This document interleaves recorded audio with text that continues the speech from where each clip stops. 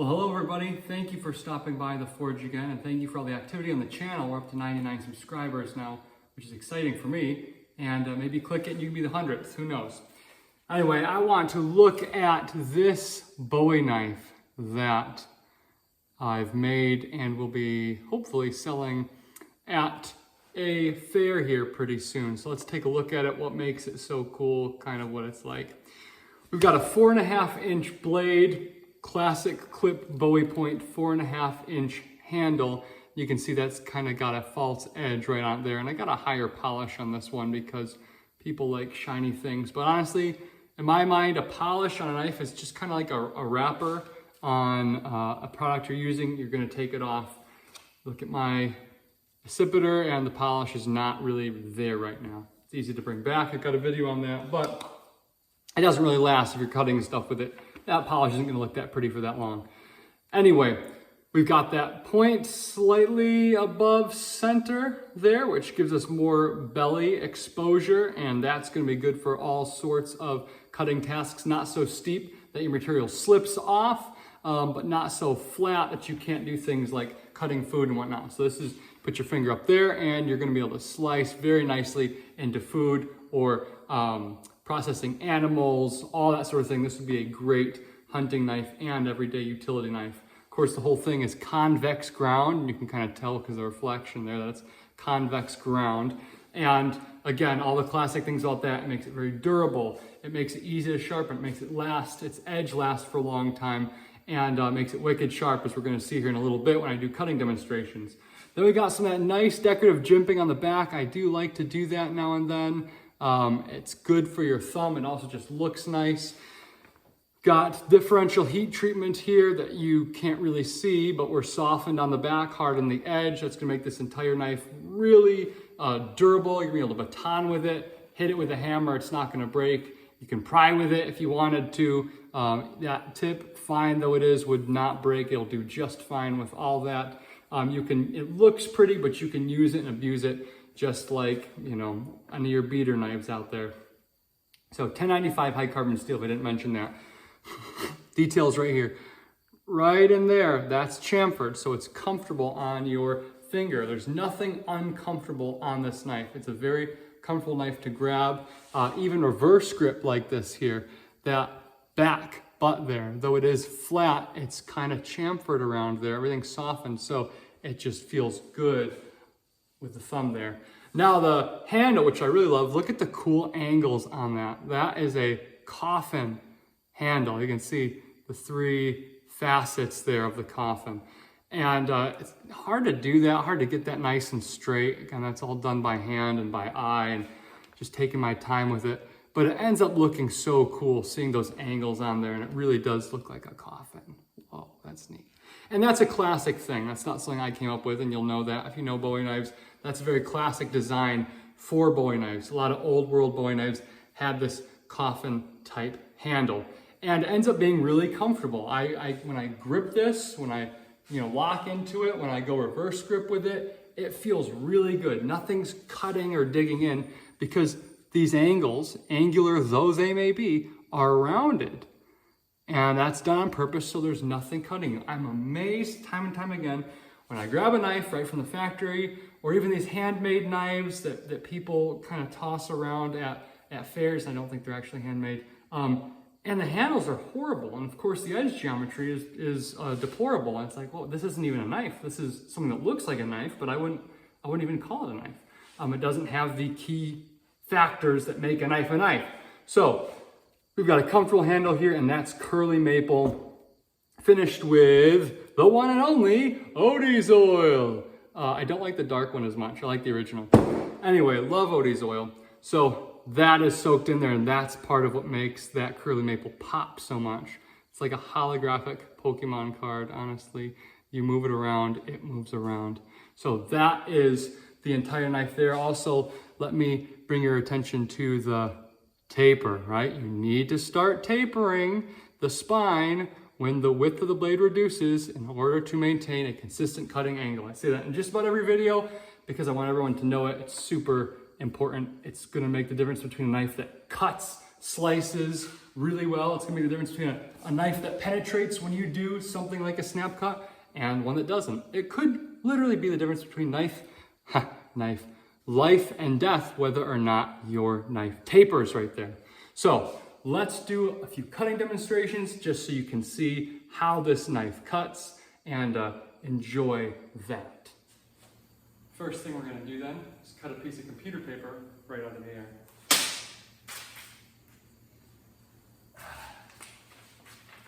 There you go. Pretty keen edge to do that. Well, let's see how it cuts. We'll start with a tough one. This seat belt, you all know how strong this is. Just bites right through it. Now let me show you the comparison here. It's a Recon Tanto, freshly sharpened it for this video, and you can see it's shaving here right there. But when I do that same thing with the Cote or even the tip of the Recon Tanto, it's not making the cut. It's not going through. I gotta go over again, and again, and again to get the same performance. Even if I turn and use that tip, bear down nice and hard, still not getting through it. That's the edge geometry difference, right? So that difficulty versus just sliding right through it. There's a difference there. It's the taper, it's the edge geometry. This is a great knife, love it, I'd recommend it to anyone. This is the old Carbon 5 version, which I really value, but we're getting better cutting performance for this test out of the Mars Fire here. Let's continue on. You've got leather, it's hard to get through, hard to cut through leather, but this is just eating right through it. And I want you to just see the simplicity with which it's doing that. And then this, just how smoothly, just watch this. Just like butter going through there. That's hard to do. Sometimes you're really forcing it, your hands are shaking. Well, not with this, just eating right through it. Very, very comfortable. It's a good cutter. How about some rubber inner tube if you're making Ranger bands, no issue there. You can do that simply, and these are super useful. I'm not even gonna throw these out. You can use these for all sorts of things, even attachments to your Picatinny rail or whatever you're gonna do. So cuts that well. How about some of this manila cord? This stuff can be tough to cut, but we're blowing right through it. Very simple. Sometimes you'll see knives slide. You'll have to saw and really sliding past this, but not an issue at all here. So good cutting there. How about something like a bushcraft type cutting? You want to be able to get those nice, fine, thin feathers for feather sticking. So we can do that. We can go real fine, or we can go deeper and make them thicker. So you can cut that nice, shallow cut that you need for those feather sticks. This isn't a great piece of wood for it. This is a piece of hardened and dried sycamore. But you can see it's curling up just fine. We're getting some nice fine cuts on it. You're gonna do stuff like notches. Just go in there nice and easy and crunch down, make your notch. It'd be great for bushcraft, especially that nice fine point. So you can crunch in, you can do your notches, you can chamfer the top if you don't want to ruin stuff like gear and equipment and all that. You can do all those bushcraft type things you want to do. So just a small demonstration, but it shows how sharp it is, the utility of it, and easy to have around with you all the time. Doesn't weigh much at all. I think this is around 6 ounces. It's a great everyday carry knife. It'd be a great hunting knife. And even in a pinch, of course, it's a Bowie, it'd be a great defensive knife. Now let me show you this sheath real quickly before we head out. Okay, the last aspect to this knife is the sheath. Now I love this sheath. It is sealed with beeswax. It's coated with oil. It's all rubbed down here, nice and soft. We've got a copper rivet at top and bottom to make sure that none of the seams bust. You don't cut those seams either. And those are pinching the leather down nice and tightly so your edge isn't coming into contact with it. It's welted here so it fits the blade really well and will hold it in there very, very, very securely. Again, hand done, oiled, hand sewn, all that there is not done with a machine, just done by me there. And then very, very basic on the back. It's a simple strap for your belt loop to go through. That helps this whole thing not be too big, not be too clunky. Advantage of this is you can just stick it in your belt if you'd like to. That's a really comfortable way to carry things.